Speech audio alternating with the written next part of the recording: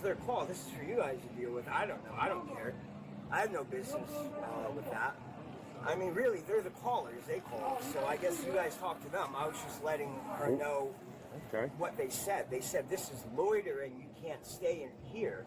They said, this is private property. You can't sit here. You have to get off here. So I was like, maybe they're right. Maybe this is part of the Is it such a big deal you can't just sit on a bench?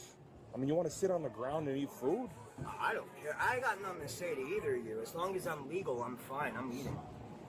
You're leaving? As long as I'm legally here, I'm fine. I'm eating. I mean, I'm not the caller. I'm not here to talk to you. I'm just eating. Okay. Do you have an ID? No, I'm in. Okay. Do you have a name? Yeah, I guess it's legal for me to be here. Listen, you can walk on the sidewalk, right? But sitting in the middle of the sidewalk. Yeah, you're impeding traffic. Yeah, they told me this is their property. This is city property. I'm letting you know you're impeding traffic, foot traffic. I know. They told so you can't this sit. belongs to them. I'm telling you that you're impeding foot traffic, so you have to move. Here, you want to get past the whose property it is? This is city. That's it. Okay. You understand my side of the story. You're gonna understand something really quick. Take your stuff. Go over there. No. No? No. So you're interfering with what I'm telling you. Where am I interfering with? You're still on the sidewalk. You're impeding foot traffic. It's like sitting in the road, except this is for people who walk. I moved out. Okay. As soon as you told me it's not their property. I'm gonna say it one more time. I'm gonna say it one more time. Get up. Sergeant. Get your sergeant. No problem. Put your hands behind your back.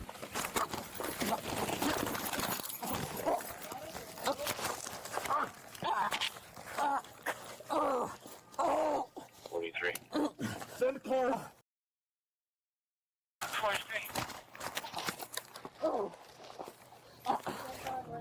Send cars.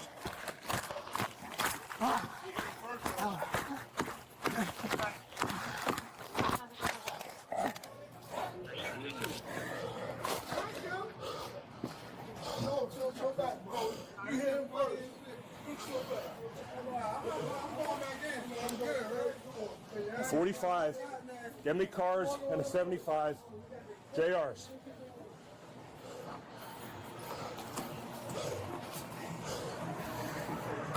You're not allowed legals. You see crime. No way. What's got low there? You can't arrest me. You started an assault. I'm innocent. Hey, I'm allowed to do this. It's my right in the law. Check it. All right. That's crazy. He was sitting there just trying to eat a meal and they gave him a knuckle sandwich.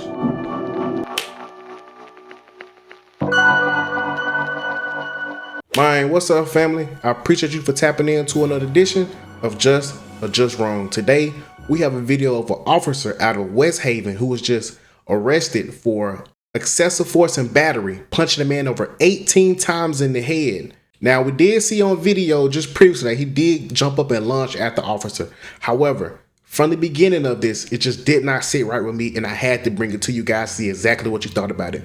Let's get into some of the news clips where we get to hear from the chief of police to see exactly what they had to say about it. But first, make sure you hit like for the algorithm, subscribe to the channel, and turn on those notification bells. State police investigation found that the man was not committing an illegal act when he was sitting on the sidewalk with no pedestrian traffic.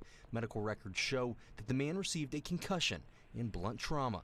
I just also want to be clear that the actions of one individual is not a reflection on our entire force that works hard every single day for the residents of the city of West Haven. The department became aware of the attack after the officer responding with Nacarado reported the incident. Right here is where the attack happened at JR's place on Campbell Avenue in West Haven. Right around here is where the man was sitting. Your point of view is around where Officer Nacarado was, and his fellow officer was standing over here a little bit to the right, and that was before the violence ensued. We give a lot of credit to that officer for having the foresight and the ability to come forward and say what they saw. Now, Nacarado is out on a $50,000 bond. He's being tried over in Danbury, and he's due back in court on December 17th. Live in West Haven tonight, Preston Stober, News 8. Now, first and foremost, I have to give credit where credit is due. Shout out to that female officer who reported this incident to her higher ups because she knew that this just didn't sit right. Now, the news is reporting that the department came out and said that the man that was attacked by the officer did not do anything prior to their scuffle to break the law. So him being there having a meal in front of a business was never a part of any type of illegal act. However, he was still approached by officers and tried to be bullied into him moving. You cannot bully somebody to get out of a sidewalk just because you felt like it. Now, understandably, the business did call the officer to the scene to have him removed. However, that business should have been notified that, listen, this man is within his legal scope. And this officer went on a power trip because he didn't get his way. And luckily, there was someone there to report it. Man, shout out to that lady. Man, blessings to her. Yeah, Keisha, good evening. Well, that officer identified as Richard, excuse me, I'm forgetting the last name at the moment, but he is currently facing those charges out of Danbury Superior Court, but he's also potentially facing the decertification process as well as the potential loss of his job. On July 1, an incident took place involving a West Haven officer effecting an arrest. West Haven police officer Richard Nacarado arrested in October by the Connecticut State Police and charged with assault stemming from an on-duty incident in July. Officers on scene reported to their superiors that the arresting officer may have used out-of-policy force. According to court documents, Officer Nacarado and a partner were called to JR's Bar and Grill on Campbell Avenue around 11 p.m. on July 1st for reports of an unwanted person refusing to leave. When they got there, bouncers told police the man was sitting on the sidewalk. When officers asked him to leave, he refused. They attempted to arrest him, and a fight started. Court documents say Officer Nacarado had his eye and eyebrow cut by the man, who was, quote, attempting to gouge his eye out. He was charged with assault and interfering with an officer. During the fight, body-worn camera described in Nacarado's arrest warrant indicates Nacarado and his partner pinned the victim to the ground. That one officer on the scene had to intervene in stopping the officer. Documents say while on the ground, Nacarado punched the victim 3 times in the head. The two struggled more, then he punched him 15 times in the head while pressing his head into the sidewalk. While punching, Nacarado's partner could be heard on camera telling Nacarado, quote, no, no, no. The bill works. The reporting, the officer reporting it to his superiors, their superiors taking the proper steps, sending it up to my office, the use of force panel convening their findings. In the days following the alleged assault, Nacarado was placed on administrative leave, and state police launched their investigation in August. West Haven police commended the other officers for reporting the incident. The victim didn't speak with state police, but was described by his mother in court documents as, quote, autistic and homeless. The actions of one individual is not a reflection on our entire force that works hard every single day for the residents of the city of West Haven. And Nacarado is due in Danbury Superior Court again on December 17th. We also had a chance to speak with a representative for the Police Officer Standards and Training Council, also known as POST. They tell us that they have received the paperwork to begin the decertification process. They don't expect a hearing on that to happen until early 2026, potentially in January. We're live in West Haven tonight. Kevin Guys, NBC Connecticut News. Keisha, back to you. Update to this case is coming in January. We will make sure that we catch that update. We will make sure that we cover it again, and we will make sure that we post it as soon as possible. Man, it's crazy the fact that they even said that they heard the female cop that was with him telling him no, no, no, trying to get him to stop. And they say that the victim himself was autistic and homeless.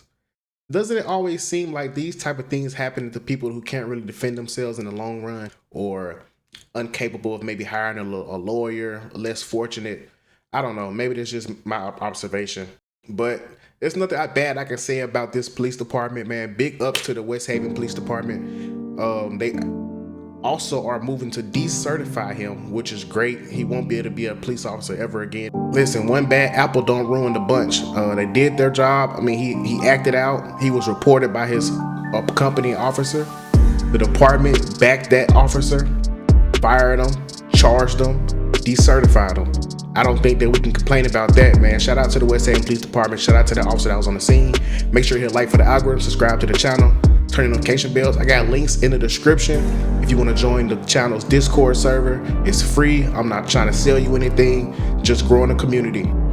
Also, starting at the top of the year, I will start doing a weekly live stream every Monday night around 7 to 8 p.m. Eastern. It will last about an hour, so if you guys are interested in that, let me know in the comment section. I appreciate you guys for tapping in. I'm here till I'm not.